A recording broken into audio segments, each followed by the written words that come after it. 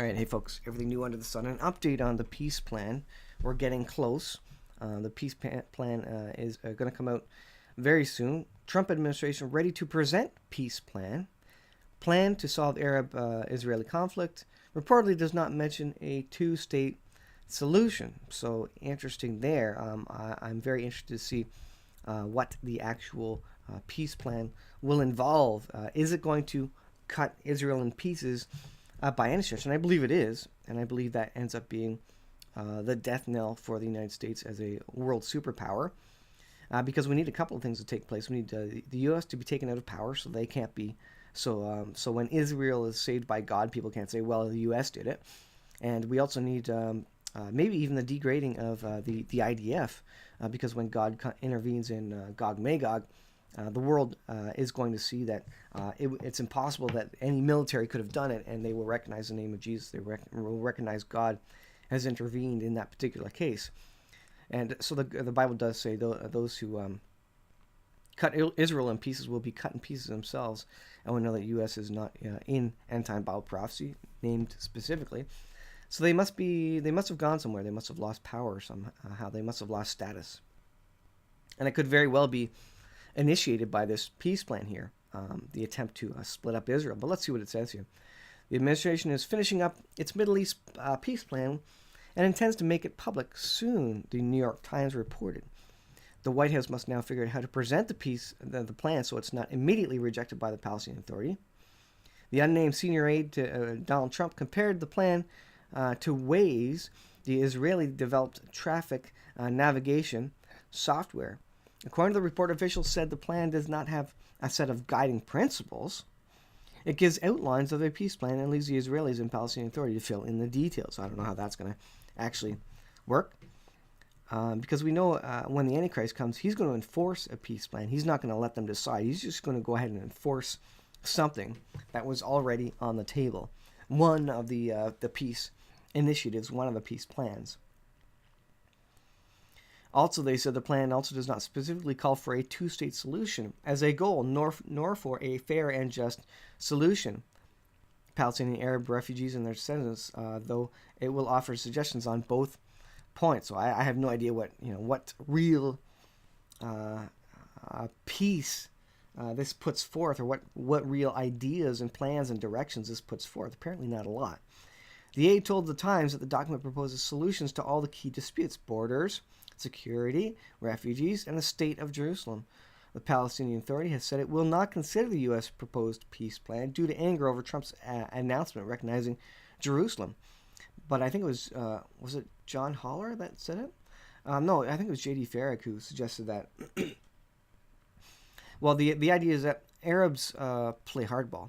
And if they see any sign of weakness, they'll always ask for more. So if there's a peace plan on the table and they see weakness, they'll just wait for the next one to come out, and they'll wait for more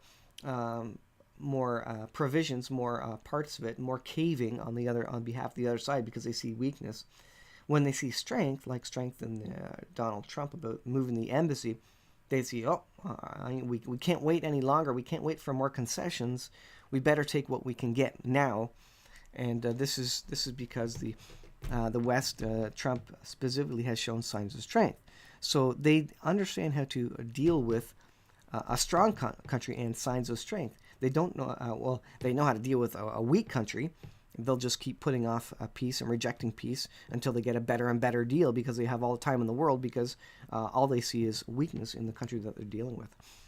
So, being that Trump has shown some strength here, and now they're going to sit back and say, we better make a deal now with what we have, because if we wait longer, maybe Trump and maybe Israel's going to feel even more strength and take more off the table and force us into less and less. So it's a good push. It's a good kick in the pants to the Palestinians to come up with some compromise so that they can get what they can out of it now before more is taken off the table, which is, I think, what Trump is basically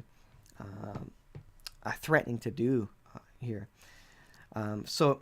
But the Palestinians are apparently not going to consider it because of the embassy move. So they're playing their strong hand now. They're going to see if the U.S. flinches. Netanyahu may be less likely to be willing to make compromises. This is the strength side of it. As he has dealt with recent coalition disputes and fears followed from possible corruption charges, the plan also comes as Trump has begun the process of dealing with North Korea. So Trump is dealing with North Korea, having discussions there. There could be some headway made there, but of course we know North Korea is in cahoots with Iran and ultimately Russia as it relates to nuclear weapons and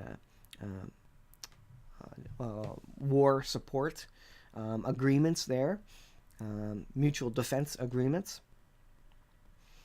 So this is an interesting thing that is happening with this peace plan as a shift from kind of a weak sort of bargaining side of things to the more strong side of things, where they're showing their strength, where they're saying, look, we're going to start taking things off the table if you don't start talking to us. And that means that the Palestinians are going to be put in a place where they say, oh, we better deal now because we're losing stuff. Before they were, for the last 50 years or whatever, they were always gaining more and more concessions, and they saw weakness there, and they said, so let's just wait for the next peace deal because we'll get more concessions if we just wait and wait and wait. And now they're losing stuff. Now stuff's coming off the table. So now there are pressures on them to make a deal before everything's off the table, and Israel just walks in there with their military or whatever may be the outcome. We know a peace deal is going to be enforced. Ultimately, there will be a power play by the Antichrist. I think that's coming soon. Along with this peace deal is the idea of the third temple. Now, we spoke of the third temple and the Ark of the Covenant in a previous video. And this article here, this is from breakingisraelnews.com. This is interesting. Let's go to reader mode here. Third temple calendar launches this Saturday on the new year of Kings. This month, this is from Exodus 12:2, this month shall mark for you the beginning of months. It shall be the first of months of the year for you. So, of course, Israel recognizes the political calendar, the civilian calendar, not on the month of Nisan, but in the September-October time frame. Tishri? No, I forget what the name is. Anyways, regardless, their civilian calendar starts the September-October time frame, and not this month, the month of Nisan, which is referring to, which according to the Bible is the first day of the year. So this is the first day of God's year, really. The fact is only noted on the King's calendar, a new calendar specifically designed for use in the Third Temple. Interesting. So, I mean, they're stopping at nothing. They're creating everything for the Third Temple. They've got everything ready to go.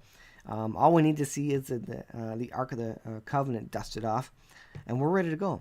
The calendar was created by Reuven Prager, a tailor who makes biblically styled clothes in Jerusalem. Prager is a Levite of the priestly class and takes his biblical identity seriously, using his skills as a tailor to create the banner of the tribe of Levi. Prager based the design on the description of the banner in Midrash Rabbah, an ancient collection of homiletic teachings. For 20 years, Prager has minted silver half-shekel coins, a biblical donation that was used for temple expenses. As a part of the passion, he decided 36 years ago he wanted to create a calendar. It's a mind-blowing calendar for the Third Temple era, Prager said, told Breaking Israel News. It's the first of a kind. The calendar is aesthetically pleasing, beautifully printed, etc. The Gregorian calendar goes from January to December. A Hebrew calendar begins in Tishri. Okay, I was right there. The seventh month of in the Bible, which generally falls around September, and ends in the month of Elul. The King's calendar begins on Nisan, and this is God's calendar, referred to in the Bible as the first month, since it is the month the children of Israel's exodus from Egypt. So the Jewish people, the Israelites, are not following God's calendar, God's intended first day of the year, and his first month of the year. This month shall mark you the beginning of months. It shall be the first of the months of the year for you. Exodus 12:2. This is the commandment from God to make that the start of the year, the start, and they call that, I guess, the spiritual calendar, God's calendar. The upcoming New Year begins this Saturday and is listed in the calendar as the New Year for Kings, Shekelem, festivals, and vows. The title for the date is a reference to the description of the beginning of the months of Nisan in the Mishnah, or Law, which lists the first of Nisan as one of the 4 New Years in the Jewish calendar.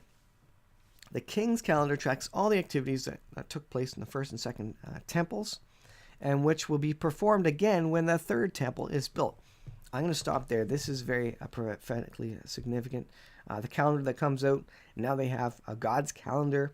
I would suggest at least the biblical calendar that God commanded originally for the timing of the Jewish year. And this is obviously in stark contrast to their current civilian calendar, civil calendar. So there you go. Third temple calendar launches, and we have a new prophetic biblical year starting. And notice on this cover here, 70, marking the 70 years that Israel has been, since Israel became a nation, a truly prophetic year. I think something significant is going to happen in this year. Is it on the year of God's calendar? Probably it's in the year of God's calendar and not the civil calendar. So we'll see how that plays out, whether it overlaps the two, and how this plays out with the third temple. Everything's ready for the third temple, and that means the return of the Lord is near. Hope you know Jesus Christ as your Lord and Savior. He's coming soon, guys. Thanks for watching. I'll see you in the next video.